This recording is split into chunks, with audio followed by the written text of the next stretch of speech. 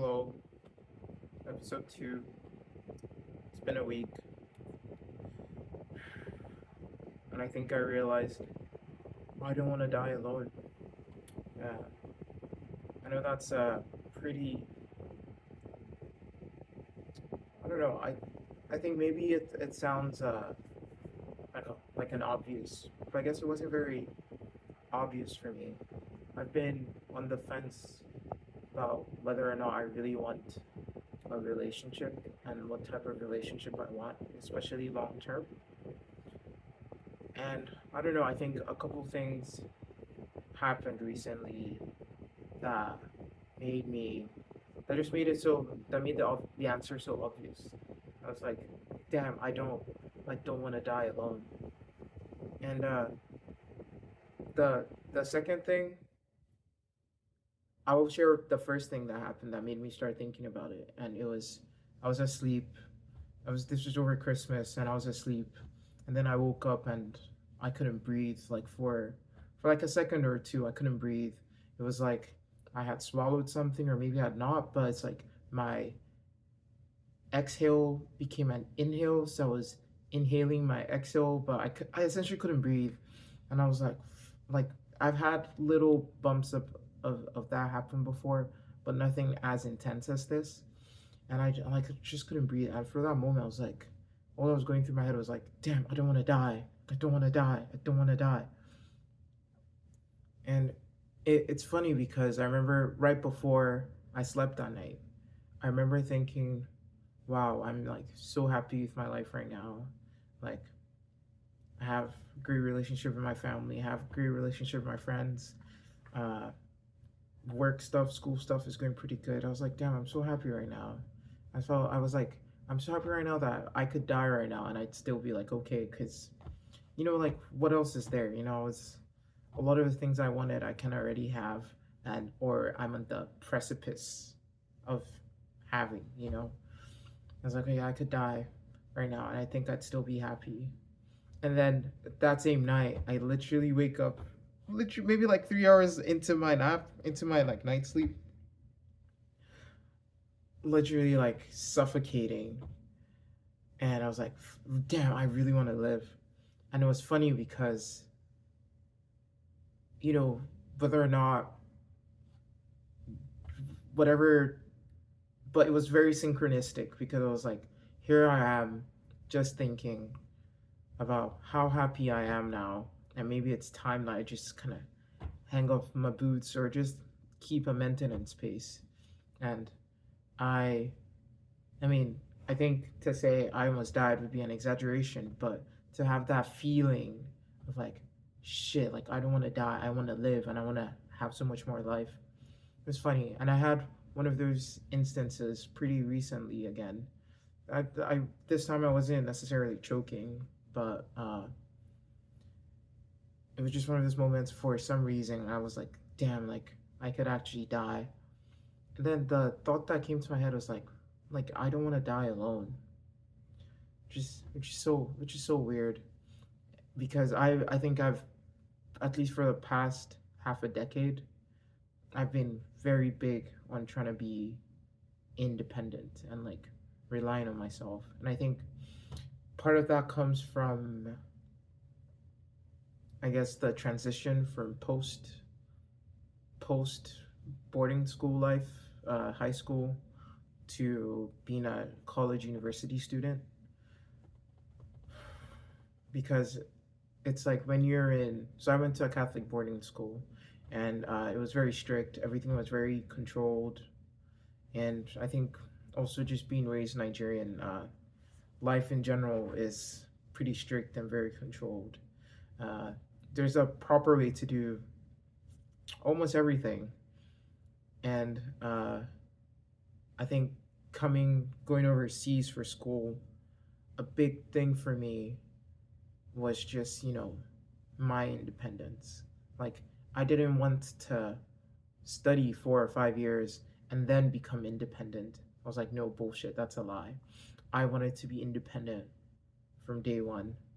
And consciously and unconsciously, I think I formed a lot of my immediate and long term goals around that sense of independence of like I want to wake up when I want to wake up, and I want to eat what I want to eat when I want to eat it, and I want to talk to who I want to talk to when I want to talk to them, however I like to talk to them. Uh, I mean, like obviously within reason, but the point was I didn't want anyone else to dictate my life or dictate what was good for my life for me. And I think maybe somewhere in there, you really started to question what the point of having, like a committed, like a traditional committed relationship, because I was so like hyper focused on being fully independent that I I was just like, okay, why would I need a partner? Like everything I wanted to do, I could do on my own. Uh, I didn't need, I didn't think I needed anyone. And then you wait out of the stress that comes with, having relationships and managing that out. I was still trying to, at the time, I was still really trying to work on my relationship with my family. And I felt like that was already taking so much energy and time and space. I was like, why the hell would I add on some, you know, long term committed relationship under law? Marriage is an economic union, it's like, but why would I do that? And, and, but like, like in the moment, I was choking, I thought I was dying, thought I was dying. Only thing I could think of is like, fuck, I don't want to die. I don't want to die alone. And it put things in perspective because it was, even if I did go out living this life of like hyper independence, it would only be like a joke or not real because we're not really independent. Every day that I spend on my own, not needing anybody, would be a day pretending like one, I didn't need anybody, and hoping that nothing happened, that I would need somebody, you know? Because what if, I'd woken up and sure I was choking, but then it wasn't just like for a second, it was for like 30 seconds, and I needed someone to, I don't know, perform the Heimlich or something on me. What happens then? I did I got trained. I got trained as a I got my CPR training essentially, and our instructor told us about how many people die from choking and how many people die alone from choking. And then he tells us a story about a girl that goes to my university. So I think it hit particularly close. By the way, this was like 2 years ago. Lives in my university, but she lived by herself with her cat. And uh, the neighbors call about a bad smell from her apartment. And then, the emergency services goes to check it out. And they find the girl dead with a hole in her belly. And I know, sorry if this is really graphic, but essentially, she choked to death. Definitely didn't know how to perform any maneuvers. I think when you're choking, I think you only have about 2 minutes before your brain shuts off from lack of oxygen. Don't quote me here, but I think you only have about 2 minutes. Uh, and well, she died, and then her cat ate her to stay alive. was eating, so that hole in her body was from her cat. And this is not uh anti-cat thing. I love I love dogs. But I'm open to cats. My friends have been exposing me to cats. But it's just this concept of hyper dependence. I don't even know if it's hyper dependence or just uh what feels like a normal amount of independence. Because if we were to guess for her situation, she was an international student. I think she was from India, an international Indian student. Her parents are probably well off. You send your daughter off to this other country. You pay more so that she can live alone, so that she can be independent and she doesn't have to depend on anyone because uh, you've paid all the bills and you want her to really focus. But now, if she had a roommate, maybe things might have been just a little bit different. If she wasn't so, you know, independent and well taken care of. And obviously, this is not a full conversation. There are obviously levels to that, and these are all just assumptions I'm making. But it's just if I it's I think it's just brought to light that if I did really try to chase down this path of, you know, it's just me or I'm all I need essentially, and anything else I need I can buy. Uh, I could choke to death, like a non sarcastic way, but it's just all the other things that I would I would miss out on.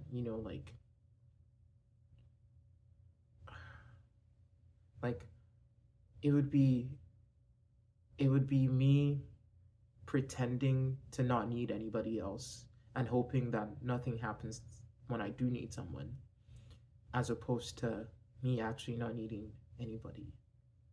Because like my past, like I said, half a decade in college, it's literally been a story of me constantly relying on other people, and maybe that's why I had such a big push for hyper independence, because I was so painfully aware that I was consistently relying on other people, especially when like those people are kind of breaking their back for me.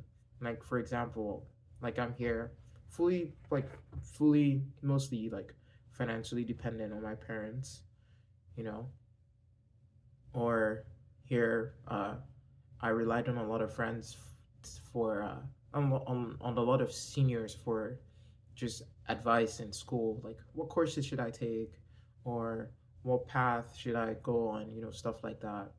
I relied on friends for literally, this is so funny, for I think about like almost my first year here in Toronto. I did not know how to use I didn't know how to navigate. The only thing I knew how to use was Google Maps, and that was barely. Anywhere I went, I literally followed my friends, and I would not remember how to get back. So I didn't know how to use the train system for about a year. I didn't even. I tried, but I never really seriously tried.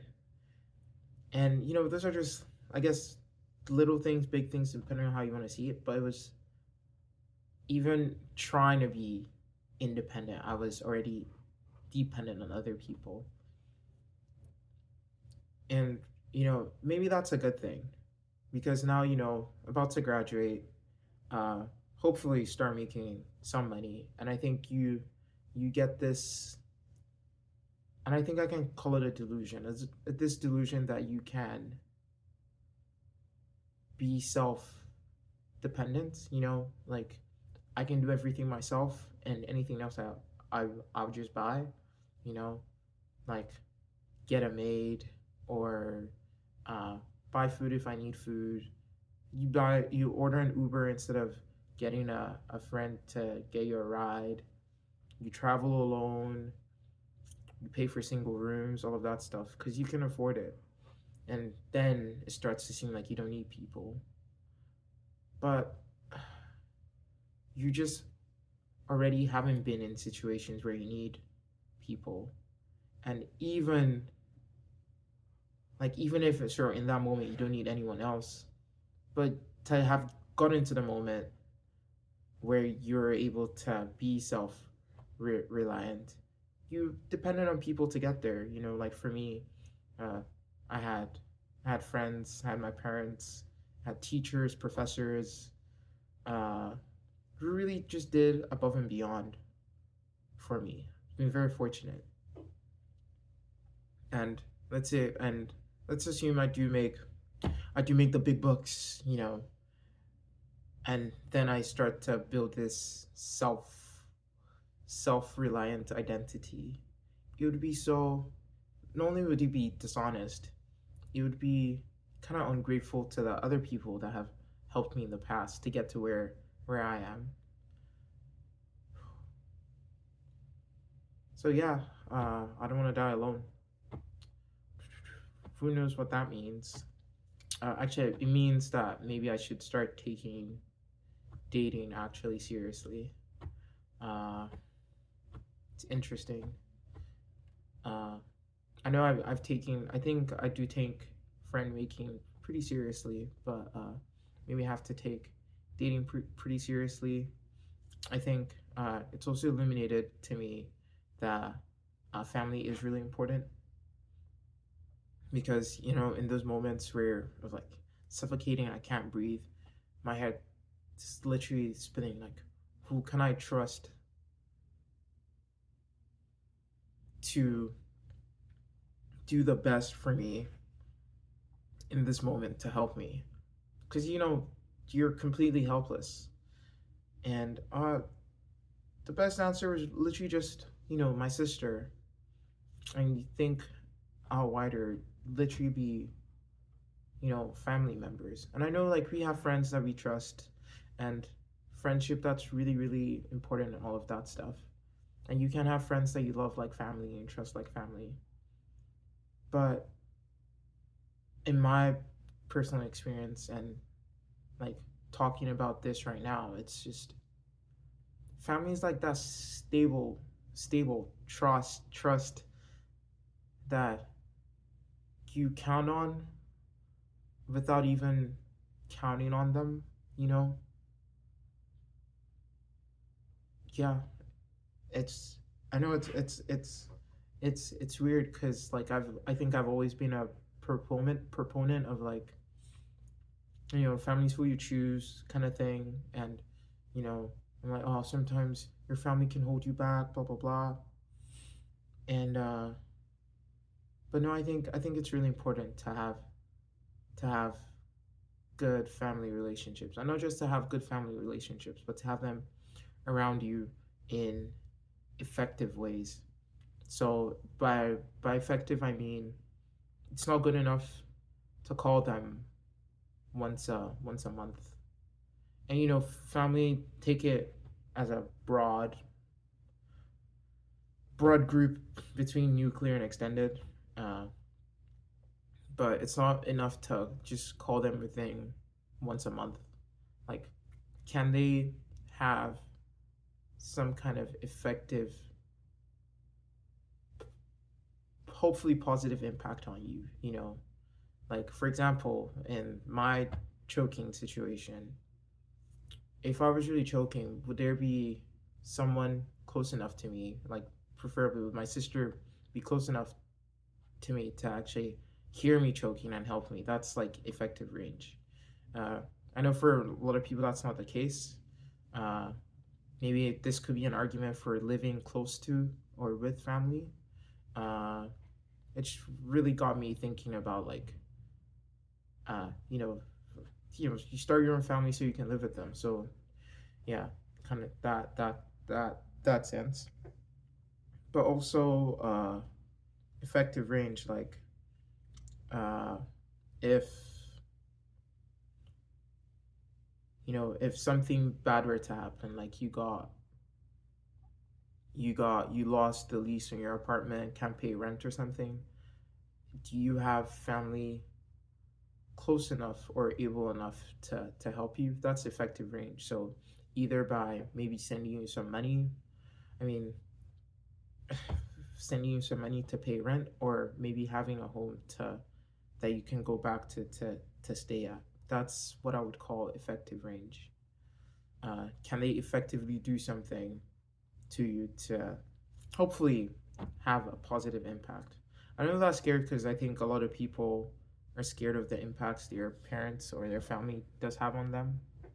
Uh, because some people might not have the best relationships, and that effective range becomes like, okay, I'm gonna cut them off so that they can't put any bad vibes on me. And I completely get that. But I don't know. I don't think in this moment of clarity, I don't think anything beats the safety and security of having family by your side, especially in tough times, tough high risk times, having someone sleeping in your bed or in the next room under the same house that you're sure is not gonna stab you in the night or choke you. Uh, you're happy to wake up the next morning too. I don't think there's anything that really beats that, at least yet, that I've discovered yet. I mean, I'm just 23, so who knows? I've been called too young twice in like the past 2 days, which is crazy because I usually don't get that. But maybe it's a good sign. Maybe I'm punching above my weight class. But but that's that's really just it. And then you think about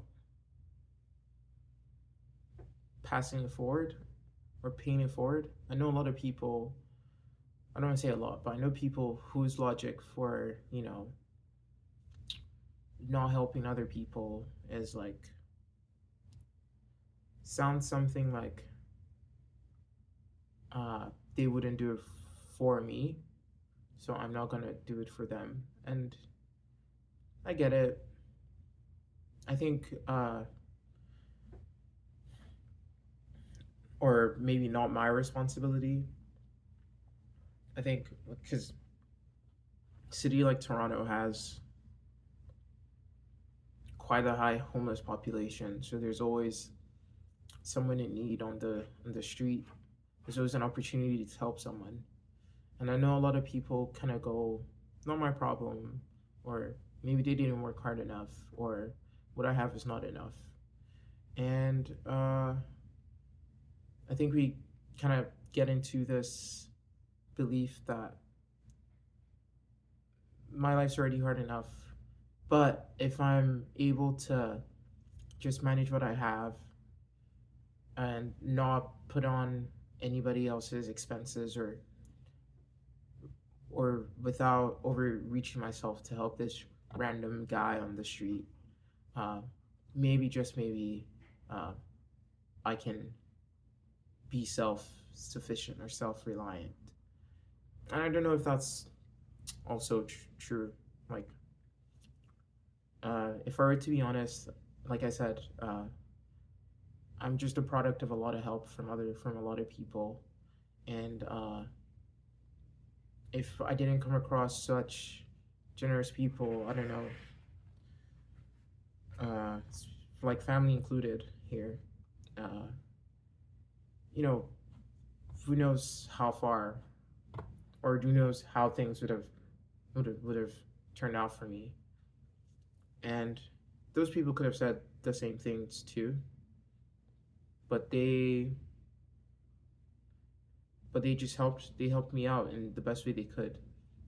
Some people, like, paying it forward, brings up this concept of paying it forward. And I think maybe I want to try to pay it forward. I do want to pay forward. I try to pay forward as much as possible. Uh, and maybe having kids could be a way of paying it forward too, or having some kind of relationship could be a way of paying it forward. To be able to share the love that has already been shared to me.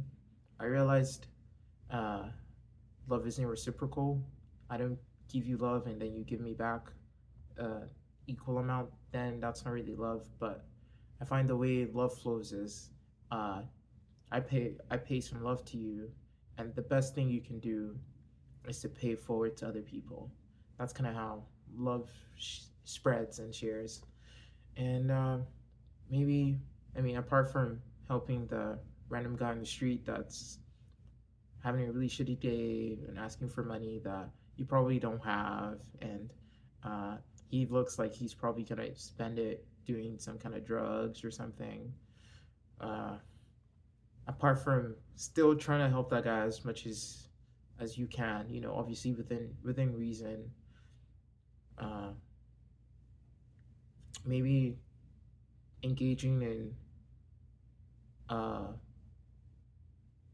interdependent life. Let's go with that term. Interdependence meaning we help each other, and then interdependent life where you let people in, you let your friends in, you have strong romantic relationships too. You just really let people into your life like effectively, like enough enough to have to scooch, like enough to have to scooch on the couch for somebody. Could be our way of paying the love forward, you know, and not keeping it only with me. Especially because you never know what the other person is going through. I know this is such a cliche thing, but you don't know what the other person is going through. So just dead ass having your couch open to them could make a big difference. I know there have been a lot of times when my friends have made food for me and I was so happy. Like, you can't believe it. Just because I was so done with eating food at a cafeteria. Like, I was so done with it. And sounds like a small thing right now, but it dead ass made my day so many times over and gave me a lot of hope. So, yeah, so try to pay forward, let people into your life. My friend used the term be a villager, sure. Uh, but don't pretend that, at least I'm gonna try not to pretend that I can live life alone or do it all on my own.